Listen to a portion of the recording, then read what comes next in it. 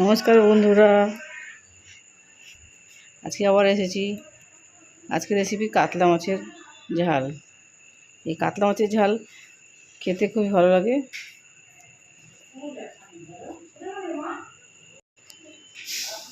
প্রথমে নুন হলুদে মাখিয়ে নিয়েছি। জ্যান্ত টাটকা কাতলা মাছ, এই মাছ দিয়ে ঝোলও করতে পারেন, ঝালও করতে পারেন। আজকে আমি পেঁয়াজ দিয়ে ঝাল করে দেখাবো।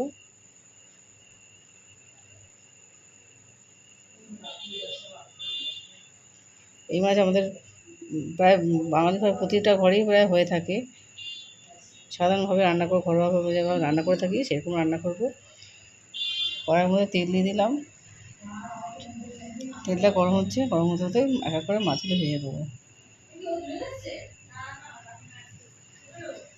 মাছগুলোকে একটু কড়া করে ভেজে দেবো। যেহেতু মাছটা একটু মোটা মোটা হয়, একটু ভালো করে না ভাজলে ভালো স্বাদ আসবে না। কড়া করে ভেজে দিচ্ছি আমি।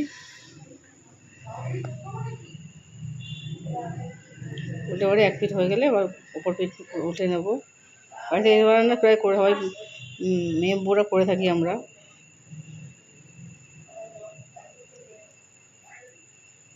মাছগুলো হয়ে গেলে আমরা উঠিয়ে দিচ্ছি।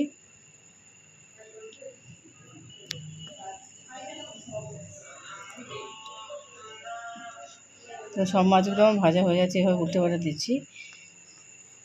পেঁয়াজ দেবো, টমেটো দেবো, বেশি আর কিছু মশলাপাতি দেবো না। সামান্য পেঁয়াজ দিয়ে টমেটো দিয়ে দেবো, দুর্দান্ত সাথে একটা ঝাল তৈরি হয়ে যাবে। পেঁয়াজ কুচি দিয়েছি, টমেটোটা নিয়েছি।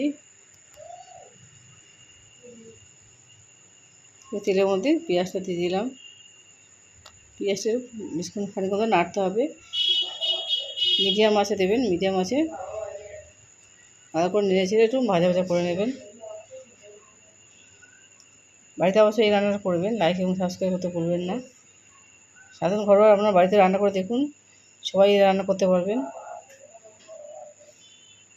টমেটোটা নরম হয়ে যাবে, পেঁয়াজটাও নরম হয়ে যাচ্ছে ভাজতে ভাজতে। এর মধ্যে আমি হলুদ গুঁড়ো দিয়ে দিচ্ছি, দিয়ে আবারও কিছুক্ষণ নাড়বো। তারপর আমি লঙ্কা গুঁড়ো দিয়ে দেবো। আপনারা যদি কাঁচা লঙ্কা বাটা দিতে পারেন তাতেও ভালো লাগবে।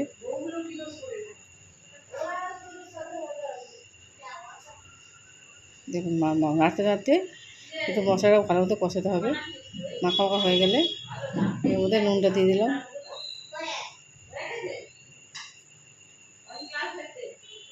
নুন দিলে একটু পেঁয়াজগুলো আরও নরম হয়ে যায়। ভালো মতো কষানো হয়ে গেলে জলটা দিয়ে দিয়েছি।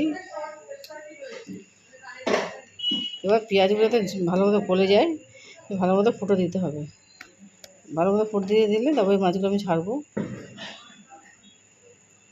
ঝোলটা ফুটে উঠেছে, এবার আমি এক এক করে ভাজা মাছগুলোকে দিয়ে দিচ্ছি।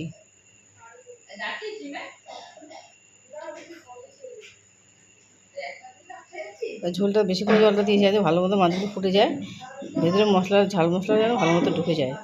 এই জন্য একটু ঝোল মতো করেছি, যাতে শুকোতে শুকোতে মাছটাও সিদ্ধ হয়ে যাবে আর ঝালটা মশলাটাও ঢুকে যাবে। এইভাবে রান্না করে দেখুন, খেতে অপূর্ব হবে। গরম ভাত দিয়ে, মাছ দিয়ে ভাত খাওয়া যাবে। গরম গরম ভাতে এই মাছ রান্না করে দেবেন, এদিকে গরম গরম খাওয়া যাবে। শুকিয়ে এসছে এবং রেডি হয়ে গেল আমার কাতলা মাছের ঝাল। অবশ্যই বাড়িতে রান্না করবেন।